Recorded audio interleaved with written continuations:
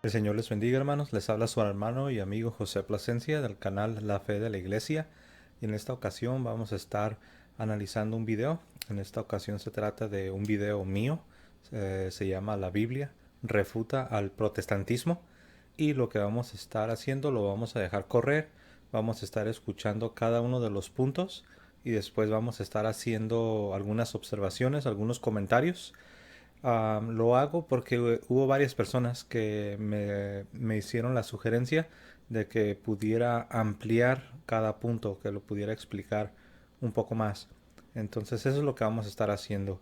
Yo espero que esto sea de edificación para ustedes, a los que ya son católicos, pero al mismo tiempo, si alguien ve este video y es un cristiano no católico, que pueda reflexionar sobre estos puntos y también que nosotros los católicos podamos usar esto como una herramienta, como algo, como, sí, una herramienta didáctica, o sea, para enseñar a nuestros hermanos que son creyentes pero no son católicos por alguna o por otra razón.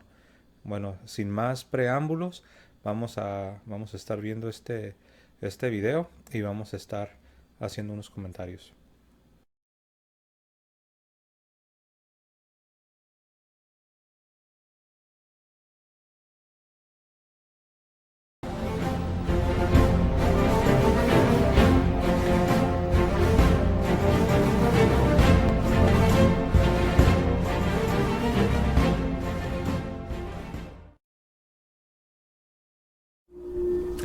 La Biblia refuta al protestantismo. Los protestantes dicen no a la Eucaristía, pero la Biblia los reprueba cuando dice: y mientras estaban comiendo, tomó pan, lo bendijo, lo partió y se lo dio y dijo: tomad, este es mi cuerpo. Yo soy el pan de la vida. Vuestros padres comieron el maná en el desierto y murieron. Este es el pan que baja del cielo, para que quien lo coma no muera. Yo soy el pan vivo bajado del cielo. Si uno come de este pan, vivirá para siempre. Y el pan que yo le voy a dar es mi carne por la vida del mundo. Discutían entre sí los judíos y decían: ¿cómo puede éste darnos a comer su carne? Jesús les dijo: en verdad os digo, si no coméis la carne del Hijo del Hombre y no bebéis su sangre, no tenéis vida en vosotros. El que come mi carne y bebe mi sangre, tiene vida eterna, y yo le resucitaré el último día. Porque mi carne es verdadera comida, y mi sangre verdadera bebida. El que come mi carne y bebe mi sangre, permanece en mí, y yo en él. Jesús nunca dijo: este pan representa o simboliza mi cuerpo. Jesús dijo: esto es mi cuerpo. El apóstol Pablo escribió a los Corintios casi 20 años después de la última cena, y él aún seguía enseñando que el pan de la Eucaristía era el cuerpo del Señor. Los cristianos de los primeros siglos eran acusados de canibalismo, porque ellos creían que comían el cuerpo de Cristo en la Eucaristía. Si los primeros cristianos hubieran creído que la Eucaristía solo era un símbolo, jamás los habrían acusado de canibalismo. Pregúntate: ¿cuándo fue la última vez que a mí me acusaron de canibalismo por creer en la cena del Señor? Pregúntate: ¿realmente creo igual que los cristianos primitivos? Los protestantes dicen no a la... Bueno, como vieron, en la realidad no es necesario agregar demasiado. Yo creo que este primer punto es muy claro. Los hermanos separados, por lo general, los hermanos separados en lo que son los países de Latinoamérica, principalmente son o pentecostales, bautistas, presbiterianos, algunos reformados. Por supuesto, también hay anglicanos, luteranos y de algunas otras denominaciones, pero la gran mayoría definitivamente son pentecostales, bautistas de corte o también de corte no denominacional. Y ellos tienen un punto de vista sobre la Eucaristía que no es el que enseña la Sagrada Escritura. Por eso, como lo dice este punto, dice, los protestantes dicen no a la Eucaristía, es decir, a la enseñanza de que el pan y el vino, una vez hecha la consagración, es el cuerpo y la sangre de Jesucristo, cuerpo, alma y divinidad de Jesucristo. Ellos dicen que no, ellos dicen que solo se trata de un símbolo, de una representación, que no es algo literal, y ello contradice a las mismas palabras del Señor Jesucristo, que como ya lo vimos, Él dijo, tomad, comed, esto es mi cuerpo, que por vosotros es entregado. Y en Juan capítulo 6, el Señor Jesucristo dice que es necesario comer su carne y beber su sangre para tener vida eterna. Y sus discípulos, los discípulos que ya eran creyentes, ya le estaban siguiendo. Después de esto, como no lo pudieron creer, no lo pudieron entender, no pudieron aceptar esta enseñanza, de hecho dicen dura palabra es esta, ellos deciden ya no seguir al Señor. Dejaron desde aquel día, como nos dice el evangelista San Juan, desde aquel día ya no seguían a Jesús. Y por si fuera poco, tenemos la primera carta a los Corintios, el capítulo 10. Voy a estar leyendo yo el verso 16 y vean aquí las mismas palabras de San Pablo. La copa de bendición que bendecimos, ¿no es la comunión de la sangre de Cristo? El pan que partimos, ¿no es la comunión del cuerpo de Cristo? Son preguntas retóricas, son preguntas cuya respuesta es obvia. La respuesta es sí. Si pudiéramos tener un diálogo con San Pablo, nosotros pudiéramos responder, así es, San Pablo, sí es la comunión del cuerpo de Cristo, sí es la comunión de la sangre de Cristo. Ahora, la palabra comunión también puede ser traducida de manera correcta como participación. Una comunión, una participación. Y es una participación de la sangre de Cristo, es una participación de el cuerpo de Cristo. Y como lo dice el video, ya habían pasado cuando Pablo escribe su primera carta a los Corintios, que fue en los 50, alrededor del 55, 56, ya habían pasado al menos 20 años de que nuestro Señor Jesucristo instituyó la Eucaristía, lo que nuestros hermanos separados comúnmente llaman la Cena del Señor. Entonces ya habían pasado 20 años de maduración teológica, 20 años de reflexión teológica, 20 años de experiencia, 20 años de enseñanza, de predicación, de catequesis, y tenemos al apóstol San Pablo todavía con las mismas palabras, creyendo literalmente las palabras del Señor. Y les dice, ¿qué no se dan cuenta que la copa que bendecimos es una participación en la sangre de Cristo? ¿Qué no se dan cuenta que el pan que partimos es una comunión, es una participación del cuerpo de Cristo? Y esto se los dice a los corintios porque ellos estaban tomando la Eucaristía, la cena del Señor, muy a la ligera, pero muy a la ligera. Y mis amados hermanos, es triste que la gran mayoría de los hermanos separados, evangélicos, bautistas, no denominacionales, creen que solo se trata de un simbolismo, que solo es una representación, no creen las palabras del Señor Jesucristo que dijo, esto es mi cuerpo. Pero bueno, vamos a continuar con el siguiente punto. Iglesia como el fundamento infalible de la verdad. Pero la Biblia los refuta en 1 Timoteo 3:15 y San Juan 16:13. Pero si tardo, para que sepas cómo hay que portarse en la casa de Dios, que es la iglesia de Dios vivo, columna y fundamento de la verdad. Cuando venga Él, el Espíritu de verdad, os guiará hasta la verdad completa, pues no hablará por su propia cuenta, sino que hablará lo que oiga y os anunciará lo que ha de venir. Ni Jesús ni los apóstoles enseñaron que las páginas de la Sagrada Escritura son el fundamento de la verdad. De hecho, la misma Biblia enseña que la Iglesia es el fundamento de la verdad.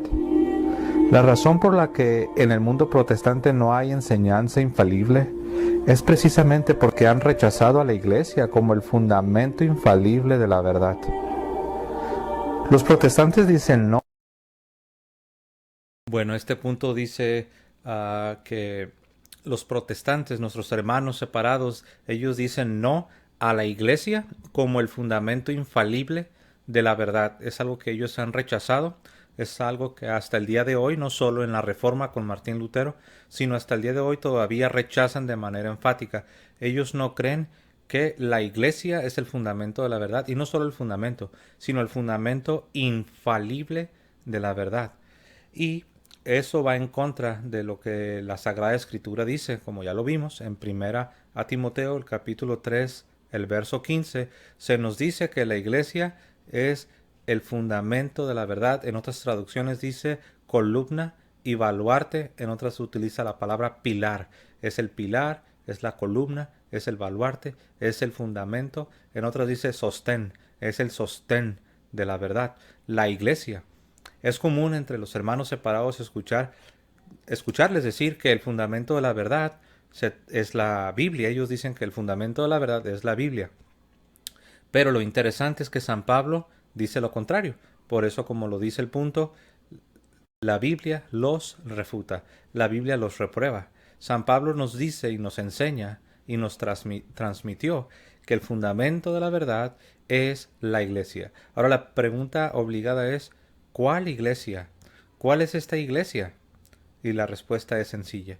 Es la única iglesia que ha existido por 20 siglos y estamos hablando de la iglesia católica.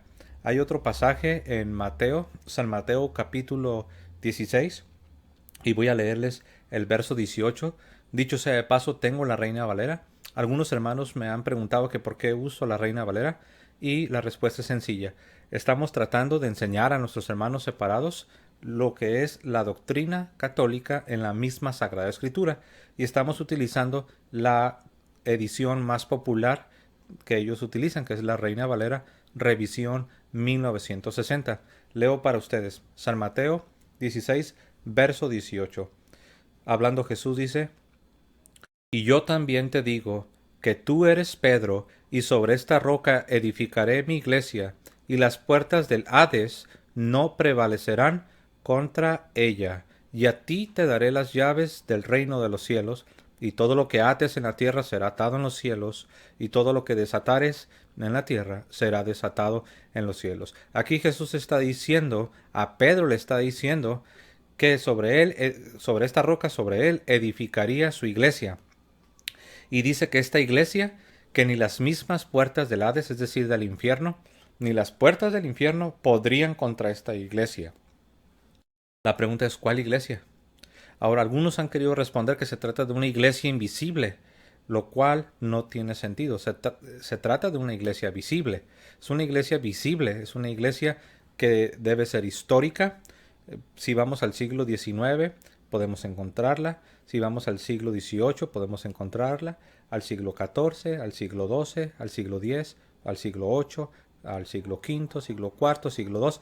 Podemos encontrar una iglesia visible, física, organizada. No es algo invisible que nadie sabe dónde está. Y estamos hablando, por supuesto, de la iglesia católica.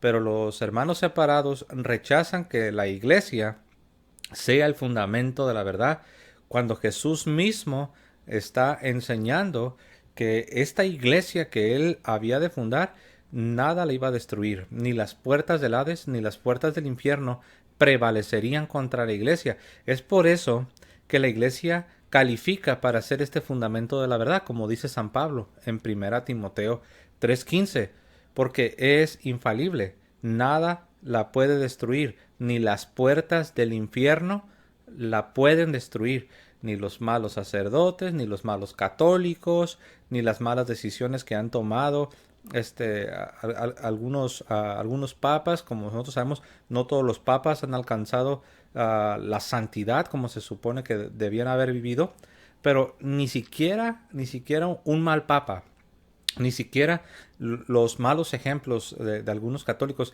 ni las puertas del infierno podrían destruir o podrán destruir la iglesia, porque es el fundamento infalible. Eso significa infalible, algo que no puede ser quebrantado, algo que no puede ser destruido.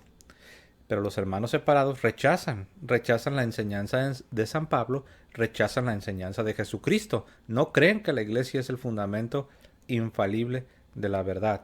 Y esto es muy, pero muy importante. ¿Qué otra iglesia ha existido por 20 siglos? ¿La bautista? La respuesta es no. ¿La pentecostal? No. ¿La anglicana? No. ¿La luterana? No. ¿La metodista? No. ¿La presbiteriana? No. ¿La menonita? No. Cualquier otro grupo, cualquier otra iglesia, por así decirlo, que pueda venir a tu mente, nunca jamás ha habido una iglesia que ha existido por 20 siglos más que solamente una, porque Jesús fundó una sola iglesia, una iglesia que recibió una fe que es católica, que es conforme al todo, que fue predicada en todo el mundo, recibida en todo el mundo, y es la fe católica, por eso se le llama la fe católica. Y la iglesia que recibió esta fe es lo que llamamos la iglesia católica. Algunos dicen, muéstrame un versículo que diga iglesia católica. Pero no se dan cuenta que no necesitas un versículo. Yo puedo preguntarte lo mismo. Puedo preguntarte, muéstrame un versículo que diga iglesia pentecostal. Muéstrame un versículo que diga iglesia presbiteriana. Muéstrame un versículo que diga iglesia no denominacional. Esa es una pregunta absurda. Por eso los católicos no hacemos esa pregunta. Podemos voltear, como se dice, voltear la moneda, voltear la tortilla, para que los hermanos separados se den cuenta que la pregunta que están haciendo no tiene sentido. Pero no lo hacemos porque no tiene lógica.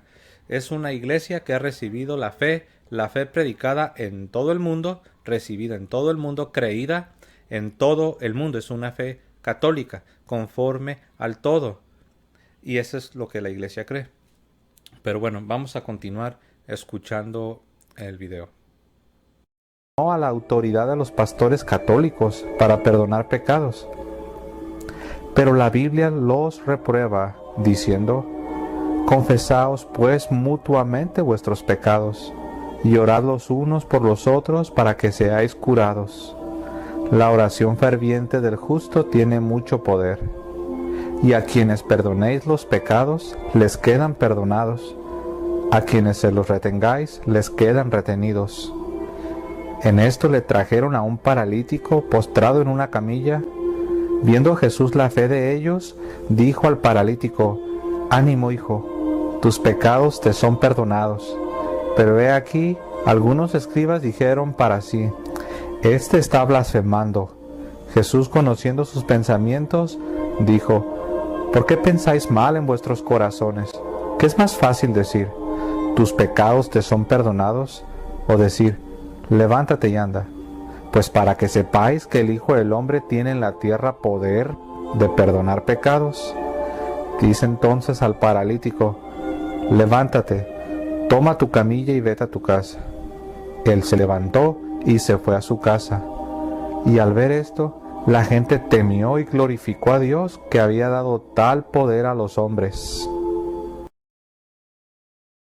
Como lo acabamos de ver, Jesús mismo es el que da la autoridad a sus apóstoles para perdonar pecados. Está en San Juan, en el capítulo 20 y en el verso 23. Tenemos al Señor Jesucristo diciéndoles a quienes ustedes perdonen los pecados, les serán perdonados. Y a quienes ustedes se los retengan, les serán retenidos. Claramente les está dando un poder, una potestad, una autoridad para perdonar pecados. Si le preguntamos a un hermano separado qué significa eso en su denominación, se quedan sin respuesta. Yo se los he preguntado. Pregúntale, ¿qué significa eso de que los pastores pueden perdonar pecados? Porque obviamente en el contexto de este pasaje, Jesús se está refiriendo a los apóstoles, no se está refiriendo a toda la iglesia, no se está refiriendo a todos, se está dirigiendo a los apóstoles. Obviamente los apóstoles iban a morir. Por eso ellos ordenaron a sucesores, que son los obispos o son los pastores. Entonces la pregunta es, para un hermano separado, la pregunta sería, ¿qué significa? ¿Cómo aplican ustedes este pasaje en tu contexto de tu iglesia?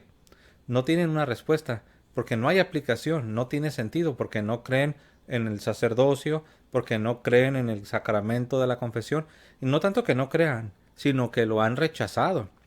Entonces, mis amados hermanos, es interesante el pasaje que también estuvimos viendo en San Mateo capítulo 9. De hecho, todavía lo pueden ver ahí en su pantalla. En el verso 6 hay una situación.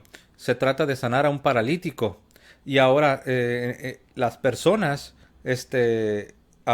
estaban siendo incrédulas porque Jesús había dicho, le había dicho al paralítico que sus pecados eran perdonados. Y todos empezaron a decir, este hombre blasfema. ¿Cómo se atreve? Solo Dios tiene la potestad. Solo Dios tiene la potestad de perdonar pecados, que de hecho es muy similar a lo que nuestros hermanos separados nos dicen cuando ellos saben que los sacerdotes tienen esta autoridad, este poder, esta potestad para perdonar pecados. Ellos dicen, ¿cómo se te ocurre? Es una blasfemia. Solo Dios puede perdonar pecados. Pues lo mismo está ocurriendo aquí. Recuerden, estamos en San Mateo capítulo 9. Lo mismo está ocurriendo. Tenemos a estos fariseos, a estos escribas, a estos hombres religiosos que estaban siendo incrédulos, que ellos no creían. Ellos estaban diciendo que era una blasfemia. Dice el verso 3, San Mateo 9:3. Entonces algunos de los escribas decían dentro de sí, este blasfema. Y el Señor Jesucristo les dice, no estoy blasfemando. Y el Señor Jesucristo les dice, pues miren, para que vean que el Hijo del Hombre tiene poder para perdonar pecados aquí en la tierra, voy a hacer un milagro. Y es ahí cuando sana al paralítico.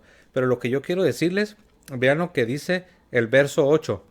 Algo muy interesante que a muchos de nuestros hermanos separados se les escapa. Pero vean lo que dice San Mateo 9:8. Y la gente al verlo se maravilló y glorificó a Dios que había dado tal potestad. Y vean lo que dice después. A los hombres en plural. Se está hablando de una potestad, se está hablando de un poder. El poder de perdonar pecados. No se confundan. Algunos quieren decir, no, se refiere al milagro que Jesús hizo. No, señores. Recuerden que el problema era que los escribas estaban diciendo que Jesús estaba blasfemando porque Jesús acababa de decir, tus pecados te son perdonados. Y cuando ellos escucharon eso, ellos dijeron, este hombre blasfema. Y Jesús les contesta, no, pues miren, para que vean que el Hijo del Hombre tiene potestad, o sea, poder, autoridad, para perdonar pecados en la tierra, les voy a hacer un milagro. Y le dice al paralítico, levántate y anda. Entonces, esta autoridad, esta potestad de la que Jesús habla para perdonar pecados, es la misma que se habla aquí en un par de versículos después, verso 8. La gente se maravilló. La gente se glorificó a Dios de que había dado tal potestad de perdonar pecados. ¿A quién? Noten lo que dice después. A los hombres. Aunque aquí es Jesús el que está perdonando pecados, recuerden que este evangelio se escribe décadas después de que Jesús hace este milagro. Y recuerden que en Juan capítulo 20, en el verso 23, Jesús habla del mismo poder, de la misma potestad, y les dice, ahora yo se los paso a ustedes. A quienes ustedes perdonen los pecados, les serán perdonados. Y aquí el evangelista Mateo dice que la gente se maravilló de que Dios había dado ese poder para perdonar pecados a los hombres. Obviamente se refiere a los ministros, obviamente se refiere a los pastores, a los apóstoles y a aquellos que ellos dejaron como sucesores, que son los obispos, son los pastores de la iglesia. Los tenemos en la iglesia católica. Entonces, mis amados hermanos, si tú me estás escuchando y eres un hermano separado, eres un cristiano no católico, yo te invito a que analices este pasaje, Mateo 9:8, la última frase donde dice que esa potestad, esa autoridad se le dio a los hombres en plural, que son los ministros del Señor. Por eso en la Iglesia Católica se tiene el sacramento de la confesión, del perdón de pecados, la reconciliación, y es la autoridad, es esa potestad que Dios le dio a los hombres. Pero bueno, vamos a continuar, hermanos. Los protestantes no solo rechazan la autoridad para perdonar pecados que el mismo Señor Jesús le dio a sus apóstoles, sino que dicen que no confiesan sus pecados a un hombre porque los hombres son pecadores. Pero por otro lado, sí le piden a sus pastores, que también son pecadores, que los bautice y que oren por ellos, y aún les llaman hombres de Dios, ungidos, y algunos hasta les llaman profetas. Los protestantes dicen... Un comentario breve. Aquí vemos cómo ellos dicen, no, ¿cómo se te ocurre creer eso? ¿Cómo crees que vas a ir a confesar tus pecados con otro hombre que es un pecador? Pues la pregunta es, entonces uno les puede decir a ellos, entonces a ti cómo se te ocurre ir a recibir un sacramento como el bautismo o la Eucaristía. Ellos no le llaman Eucaristía, ellos le llaman la cena del Señor. Pero uno les puede decir, entonces a ti cómo se te ocurre recibir un sacramento, algo tan santo como el bautismo, algo tan santo como la cena del Señor, la Eucaristía, de otro hombre que es pecador. ¿Cómo se te ocurre? Y hablando de la oración, ellos también van con sus pastores, con sus ministros y les piden que intercedan por ellos, que oren por ellos, que rueguen a Dios por ellos. Aquí uno les puede decir, porque cuando uno les dice que uno cree en la comunión de los santos, como siempre se ha creído, como está en el credo de los apóstoles, en el credo de Nicea, cuando les decimos de esto y les decimos que uno cree que los santos que no están muertos, los santos están vivos, los santos que están ya en el trono de Dios, ya en la presencia de Dios en el cielo, ellos pueden rogar por nosotros, pueden interceder por nosotros. Ellos dicen que no, que ¿por qué haces eso? Que por qué no vas directamente con Dios, que para qué tienes necesidad de que los santos intercedan y rueguen por tus necesidades si tú puedes ir directamente con Dios. Pues lo mismo aquí les podemos decir a ellos. Entonces, si Dios te escucha y tienes acceso directo a Dios, como sí lo tenemos y lo sabemos que sí lo tenemos, pero entonces ¿para qué vas con un hombre pecador a pedirle que ruegue por ti, a pedirle que interceda por ti? ¿Que Dios no te escucha? ¿Que tú no tienes acceso directo a Dios? Entonces ellos se contradicen. Ellos usan argumentos en contra de la iglesia, pero no se dan cuenta que esos mismos argumentos estarían en contra de ellos mismos. Pero bueno, mis amados hermanos, siempre cuando hablemos con ellos debemos hacerlo con amor, con paciencia, pero con firmeza, porque ellos necesitan a alguien que con firmeza les diga la verdad. Bueno, pero vamos a continuar. No a la devoción a Santa María, Madre de Dios. Pero la Biblia los reprueba diciendo, y entrando le dijo, alégrate llena de gracia, el Señor está contigo. Ella se conturbó por esas palabras y discurría qué significaría ese saludo.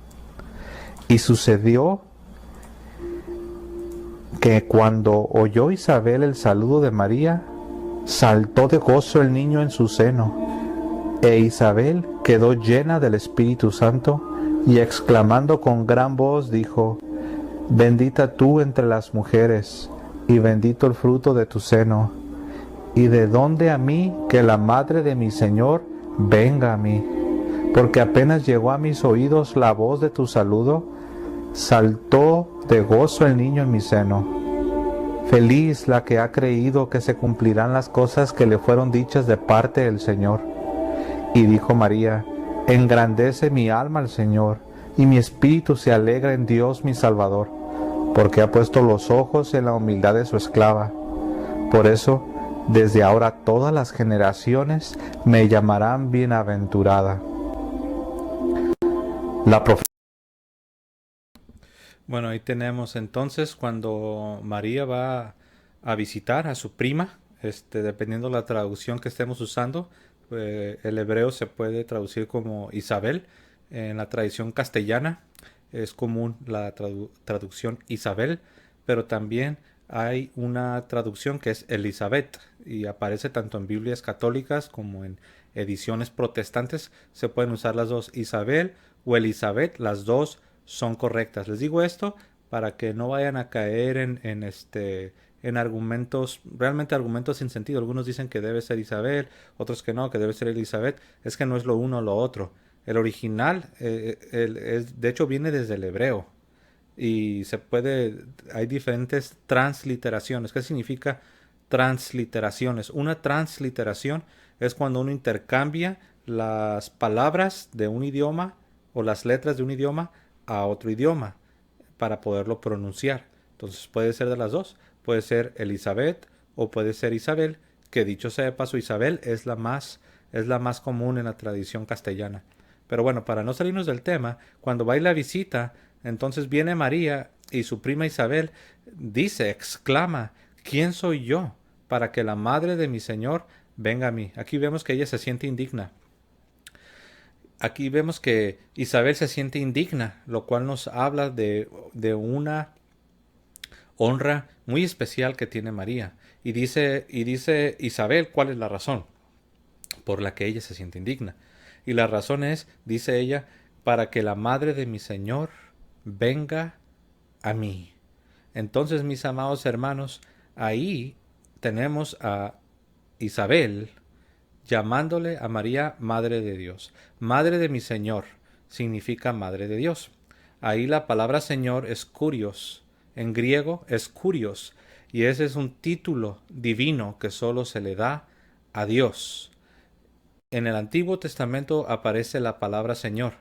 Cuando los apóstoles citaban el Antiguo Testamento, ellos utilizaban la palabra kurios para hacer la cita en el Nuevo Testamento. Entonces, mis amados hermanos, kurios es una referencia a Dios, es un título divino. Y aquí la prima de María, Isabel, está diciendo, ¿quién soy yo para que la madre de mi Señor, de mi kurios, es decir, de mi Dios, quién soy yo para que la madre de mi Dios venga a mí? Entonces María claramente, de acuerdo a la Sagrada Escritura, es madre de Dios. Y también, bueno, aquí se nos habla de la honra que Dios le ha dado a María. Hay una profecía que, como lo vamos a ver ahorita, está en Lucas capítulo 1, y si uno revisa el verso 45, dice, y bienaventurada la que creyó, porque se cumplirá lo que le fue dicho por parte de mi Señor. Entonces María dijo, engrandece mi alma al Señor, y mi espíritu se regocija en Dios mi Salvador, porque ha mirado la bajeza de su sierva, pues he aquí, desde ahora me dirán bienaventurada todas las generaciones. Es una profecía. Es una profecía. María está diciendo, de aquí en adelante me van a llamar bienaventurada todas las generaciones. Es una honra que ella no la tomó para sí misma. En la iglesia no se la dio, sino que viene de Dios mismo. Todas las generaciones llamarían bienaventurada a María. Y llamar a María bienaventurada no solamente es decirlo de labios para afuera, sino es una honra, es un título. Ella es la bienaventurada por la honra que recibió de parte de Dios. Y esa profecía de que todas las generaciones llamarían, honrarían a María, de ahí viene la veneración a María. Solo se ha cumplido en la Iglesia Católica, mis amados hermanos. Pero bueno, vamos a continuar escuchando el video. De Lucas 1:48, de que el pueblo de Dios honraría a María por todas las generaciones, solo se ha cumplido en la Iglesia Católica. De hecho, ni los mismos protestantes originales rechazaron la devoción a Santa María, Madre de Dios. Los protestantes dicen no a María en el cielo como reina y madre de los cristianos, pero la Biblia los refuta diciendo, una gran señal apareció en el cielo, una mujer vestida del sol, con la luna bajo sus pies y una corona de 2 estrellas sobre su cabeza. Está encinta y grita con los dolores del parto y con el tormento de dar a luz. La mujer dio a luz a un hijo varón, el que ha de regir a todas las naciones con cetro de hierro, y su hijo fue arrebatado hasta Dios y hasta su trono. Entonces, despechado contra la mujer, se fue a hacer la guerra al resto de sus hijos, los que guardan los mandamientos de Dios y mantienen el testimonio de Jesús. Cuando uno intenta hablar con los protestantes sobre cómo Apocalipsis 12 presenta a María coronada en el cielo y la llama madre de los creyentes, ellos no saben qué decir y tratan de cambiar el tema. O algunos ofrecen interpretaciones secundarias que dejan a un lado a María. Los protestantes dicen no. Entonces, mis amados hermanos, nosotros sabemos que el libro del Apocalipsis, el capítulo 12, describe a María. Ahora, nosotros sabemos que antes de que viniese María, Santa María, Madre de Dios, porque es Madre de Jesús, antes de que ella viniese, nosotros sabemos que ella estaba tipificada por Israel primeramente. A Israel se le llama la hija de Sión. A Israel se le adjudican todos estos títulos de honra, títulos de alabanza, títulos de veneración. Y es interesante porque nuestros hermanos separados, ellos ahí no ponen objeciones cuando se trata de alabar, de honrar y de venerar a Israel. Los judíos lo hacían. Los judíos veneraban a Israel. Los judíos alababan a Israel. Los judíos tenían un amor muy peculiar, muy especial por Israel, por Jerusalén. Era algo sagrado. Ahora nosotros sabemos que eso tipificaba a María, que vendría después. Y no solamente vemos a Israel siendo un tipo, sino también vemos también a la iglesia. Ahora, que la hija de Sión, que la hija de Jerusalén, que esta mujer que ha sido tipificada por Israel y después por la iglesia, que eso sea verdad, no significa que vamos a rechazar lo que la Sagrada Escritura revela para nosotros. Y claramente Apocalipsis capítulo 12 nos está hablando de la mamá del Mesías, nos está hablando de una manera directa, de una manera literal, de un Mesías literal, de un Mesías histórico, nos está hablando del Jesús histórico. Y el Mesías literal, el Jesús histórico, tuvo una mamá, y no fue otra sino María. Y claramente de ella se está hablando. No podemos nosotros desviarnos por el lenguaje alegórico, no podemos nosotros hacer del antitipo el tipo y olvidarnos de lo más importante. No podemos nosotros hacer a un lado la realidad para enfocarnos en la sombra. Ahí está la realidad y están las sombras. La Biblia dice que las cosas del Antiguo Testamento eran las sombras de la realidad que estaba por venir. Y la realidad ya ha venido, es Cristo, es el cumplimiento de todas las promesas de Dios. Su madre tiene un papel muy importante. Por eso los padres apostólicos, ellos recibieron de los apóstoles la enseñanza de que María era la segunda Eva. Así como Jesús es el segundo Adán, y así como Jesús no falló, Jesús obedeció, porque sabemos que el primer Adán falló, el primer Adán pecó. También la segunda Eva obedeció. La segunda Eva le dijo sí a Dios. La segunda Eva no falló como la primera Eva. La primera Eva fue engañada. La primera Eva desobedeció. Entonces, mis amados hermanos, ya en los padres apostólicos, que fueron los discípulos de los apóstoles, encontramos la enseñanza de que María es la segunda Eva. Entonces, aquí muchos dicen, no, es que tienes que entender que este lenguaje alegórico aquí se está refiriendo a Israel o a la iglesia. Y les digo una cosa, la iglesia católica entiende esto. La iglesia católica puede ver aquí lo que les repito, lo que son los tipos, lo que es el lenguaje alegórico. Pero lo que la iglesia católica no hace, y que desafortunadamente nuestros hermanos separados sí hacen, es que la iglesia católica no rechaza el sentido literal. La iglesia católica no rechaza la interpretación primaria. La iglesia católica no rechaza la realidad para quedarse solo con las sombras. Claramente estamos hablando del Jesús histórico, y el Jesús histórico tuvo una mamá, y su nombre es María. Y esta es la mujer que claramente se nos dice en Apocalipsis 12, dice, apareció en el cielo una gran señal, una mujer vestida del sol, con la luna debajo de sus pies, y sobre su cabeza una corona de 2 estrellas, y estando encinta, o sea, embarazada, clamaba con dolores de parto en la angustia del alumbramiento.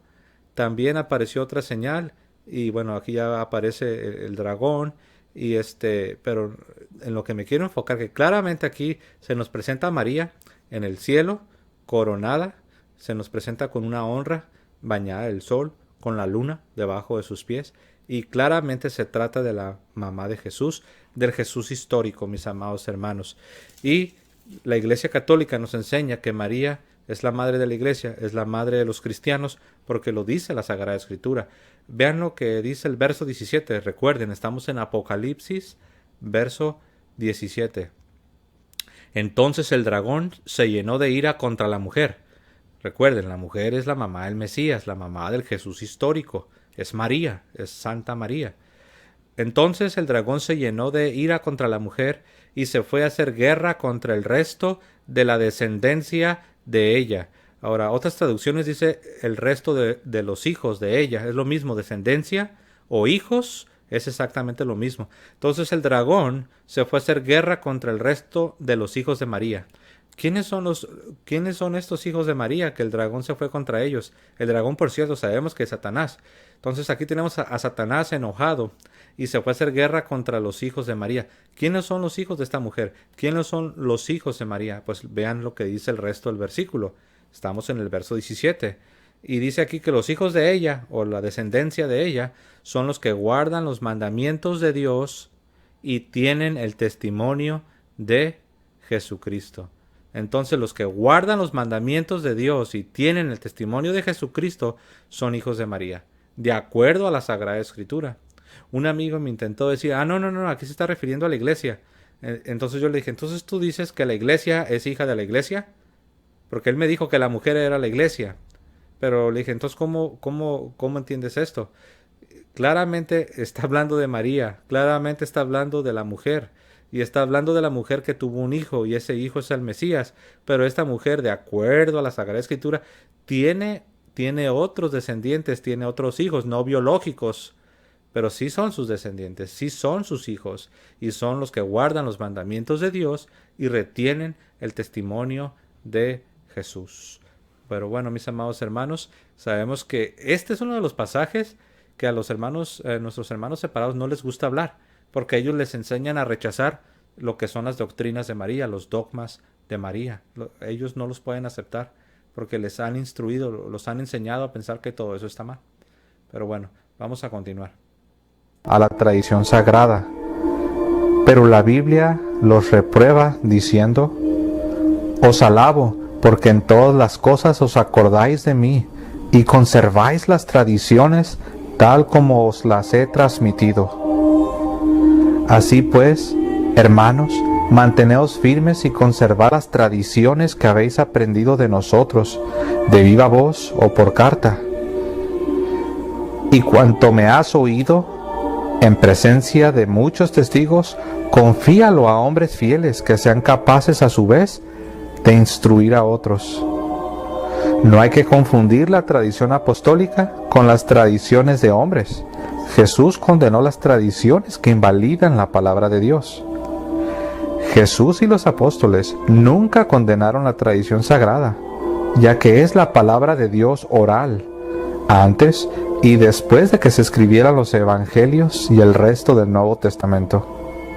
De hecho, las traducciones protestantes, entre ellas la más popular en el mundo de habla hispana, es decir, la Reina Valera, maltraducen los pasajes que hablan de la tradición apostólica en 1 Corintios 11:2 y 2 Tesalonicenses 2:15, sustituyendo a la palabra tradición, que en griego es paradosis, por la palabra enseñanza o instrucción, que en griego sería didascalos, la cual no aparece en esos dos pasajes bíblicos.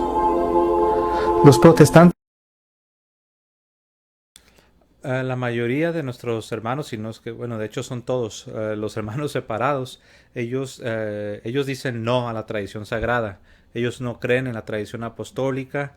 La Iglesia Católica enseña que la tradición apostólica es una autoridad para el cristiano, es parte de la palabra de Dios, pero ellos dicen que no. Una de las principales razones por la que ellos rechazan la tradición sagrada, bueno, obviamente es porque Martín Lutero la rechazó y de ahí se pasó este rechazo a todos los descendientes de Martín Lutero, a todos los seguidores y a las denominaciones que vienen de la mal llamada Reforma. Entonces, pero aparte de eso, una de las razones es porque, como ya lo vimos, por ejemplo, en el mundo hispano, la traducción en español más popular en el mundo protestante es la Reina Valera, en particular la revisión de 1960. Los traductores de la Reina Valera y de 1960, ellos sustituyeron la palabra tradición por enseñanza o instrucción. Entonces, cuando el protestante lee 1 Corintios 11:2 y segunda a los Tesalonicenses 2:15, ellos leen, doctrina o enseñanza en lugar de leer tradición, que es de lo que habla el pasaje. Si uno va al griego, uno se va a dar cuenta que en 1 Corintios 11:2, en lugar de enseñanza, dice tradición. El griego sería paradosis. Paradosis se traduce como tradición, no como enseñanza. Enseñanza sería didascalia o didascalos. Pero en la Reina Valera 1960, primera a los Corintios 11:2 y segunda a los Tesalonicenses 2:15, ellos la cambiaron y le ponen enseñanza o le ponen instrucción, que no es lo más correcto. De hecho, desvía a los lectores, los desvía y los hace que pierdan el sentido, porque de lo que está hablando ahí es de una tradición apostólica. Ahí no está hablando de la tradición de los hombres, ahí no está hablando de una tradición que va en contra de la palabra de Dios, no, está hablando de la misma palabra de Dios. Por eso Pablo les dijo, los alabo, quiero felicitarlos, estoy muy contento con ustedes, les quiero dar un abrazo, porque ustedes retienen la tradición, tal como se las hemos entregado, ya sea por boca o por carta. Entonces la palabra de Dios así circulaba, por la palabra de los apóstoles o por cartas, principalmente por la palabra. Las cartas, lo que tenemos en las cartas es muy poco en comparación. Lo que tenemos en las cartas de los apóstoles, las cartas son ocasionales, son circunstanciales. Si había algún problema, si había alguna necesidad urgente, o si los apóstoles iban a hacer un viaje muy largo, ellos tenían la costumbre de hacer una carta en caso de que se tardaran mucho en llegar en persona y enseñar y predicar y dar catequesis. Ellos mandaban una carta. Pero eso es mínimo lo que tenemos ahí. Lo que a ellos les gustaba personalmente instruir, como lo dice Juan también. He tenido muchas cosas que decirte, pero no te las quiero decir con tinta y papel, dice, te lo voy a decir cara a cara. Entonces, mis amados hermanos, la tradición apostólica está en la Sagrada Escritura. Tristemente, nuestros hermanos separados les han enseñado que la deben rechazar. Y eso es muy triste, porque la tradición apostólica existe antes del Nuevo Testamento. El Nuevo Testamento todavía no existía y ya estaba la palabra de Dios, ya estaba la tradición apostólica. Cuando hablamos de tradición, no estamos hablando de cualquier tradición, de tradición de hombres, estamos hablando de la misma palabra de Dios. Entonces, nuestros hermanos, sin darse cuenta, están rechazando la revelación divina, están rechazando parte de la palabra de Dios. Pero bueno, vamos a continuar, hermanos.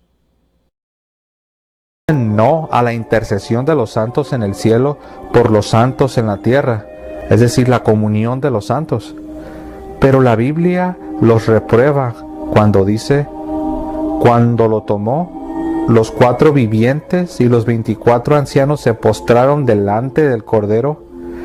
Tenía cada uno una citara y copas de oro llenas de incienso, que son las oraciones de los santos. Otro ángel vino y se puso junto al altar con un badil de oro. Se le dieron mucho incienso para que, con las oraciones de todos los santos, los ofreciera sobre el altar de oro colocado delante del trono. Y por mano del ángel subió delante de Dios el humo del incienso con las oraciones de los santos.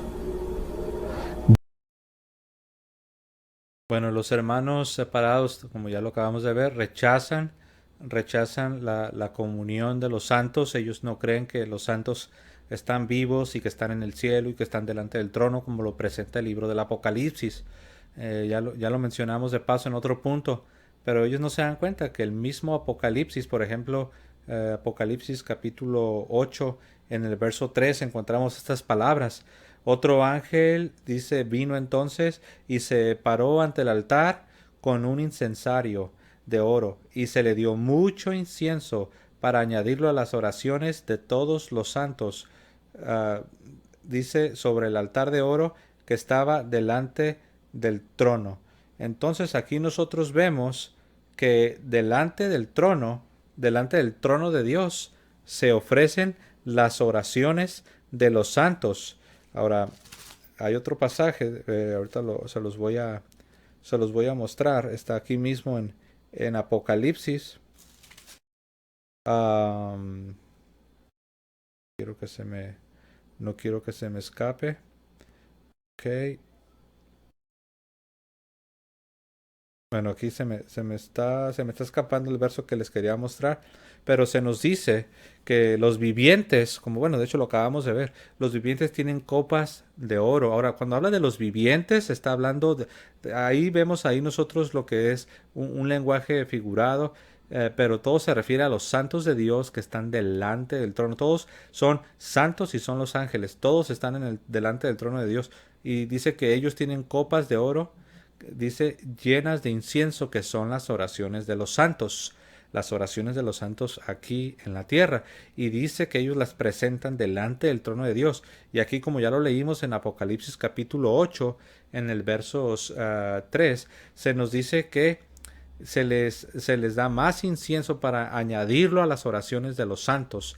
Entonces, mis amados hermanos, claramente la Biblia nos dice que los santos en el cielo presentan nuestras oraciones delante del trono de Dios. Y eso lo podemos encontrar, como ya lo vimos aquí, en el libro del Apocalipsis.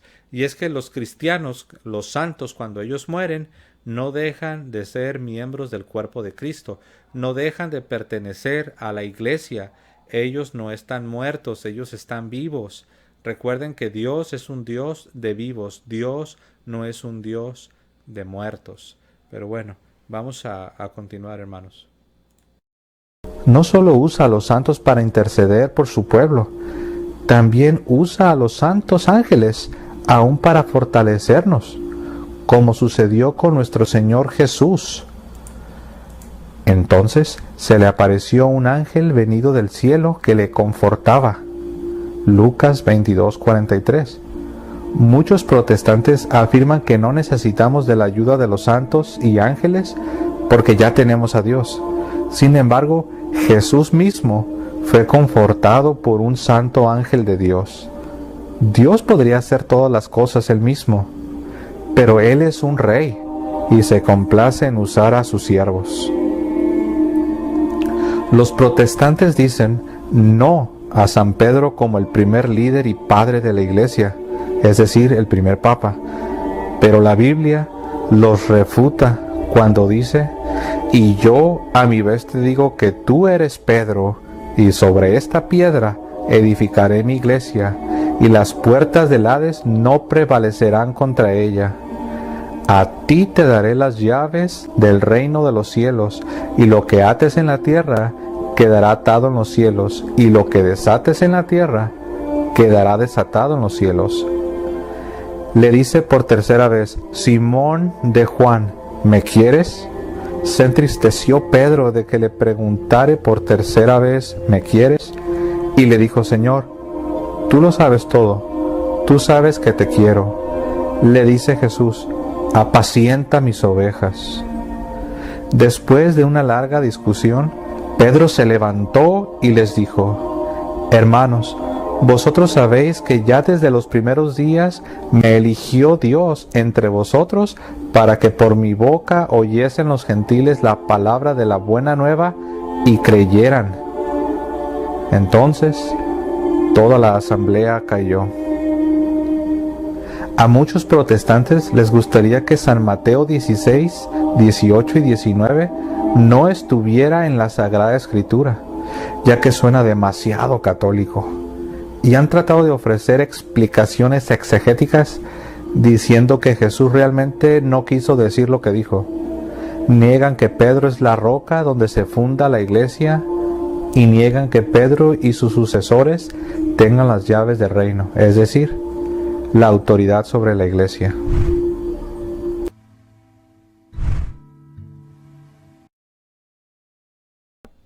Bueno, mis hermanos, pues como vieron, este último punto es de los que ellos más reniegan. Ellos no creen que Pedro fue el primer líder de la iglesia. Ellos no creen que Jesús le dio las llaves del reino de los cielos. Ellos no creen que Jesús le dijo que sobre él edificaría su iglesia. Ellos no creen que lo que Pedro atara en la tierra sería atado en el cielo, y que lo que Pedro desatara en la tierra sería desatado en los cielos. Ellos no creen que Jesús le dijo a Pedro que pastoreara a su iglesia, porque rebaño a eso se refiere, a su iglesia y no a una parroquia o una pequeña congregación local, sino su rebaño. El rebaño de Jesús se refiere a la iglesia universal, a la iglesia católica. Ellos no creen que Jesús le dijo apacienta mis ovejas, y no se lo dijo una sola vez, se lo dijo 3 veces, como lo acabamos de ver. Ellos no creen que en el concilio de Jerusalén fue Pedro el que tomó la decisión final, diciendo que estaban todos discutiendo y no se ponían de acuerdo. Pero cuando Pedro tomó la palabra y dio su argumento diciendo, ustedes saben cómo desde el principio Dios me eligió a mí. Y después dice que cuando terminó de hablar, dice que toda la asamblea, toda la iglesia se quedó callada. Callaron. Antes de que Pedro hablara, había un desorden, había mucha confusión, no se ponen de acuerdo. Pero cuando Pedro habla, termina diciendo, y estamos en el libro de los Hechos, el capítulo 15 y el verso 7, dice que toda la asamblea, o sea, toda la iglesia, cayó. Entonces, mis amados hermanos, todo esto que es parte de la Sagrada Escritura, todo esto que salió de la misma boca de nuestro Señor Jesucristo, tristemente así los han enseñado a los hermanos separados, a los protestantes, lo rechazan, lo niegan, se quejan, luchan contra esta doctrina y no se dan cuenta, mis amados hermanos, que están yendo en contra de Dios mismo, así como Pablo, que estaba yendo en contra de Jesús mismo y no se daba cuenta. Por eso Jesús le dijo, ¿por qué me persigues? De la misma manera, los hermanos separados, los protestantes que están en contra de las enseñanzas de la iglesia, están persiguiendo a Jesús. No se dan cuenta, lo hacen por ignorancia. La gran mayoría, yo sé que hay quienes no son ignorantes, hay quienes lo conocen, ya les dijeron, ya les explicaron, ellos ya lo comprenden, pero de todas maneras lo rechazan. Pero la gran mayoría lo hacen por ignorancia. Entonces, mis amados hermanos, claramente la Sagrada Escritura enseña que Pedro es el líder de la iglesia, es el Papa. Papa significa padre.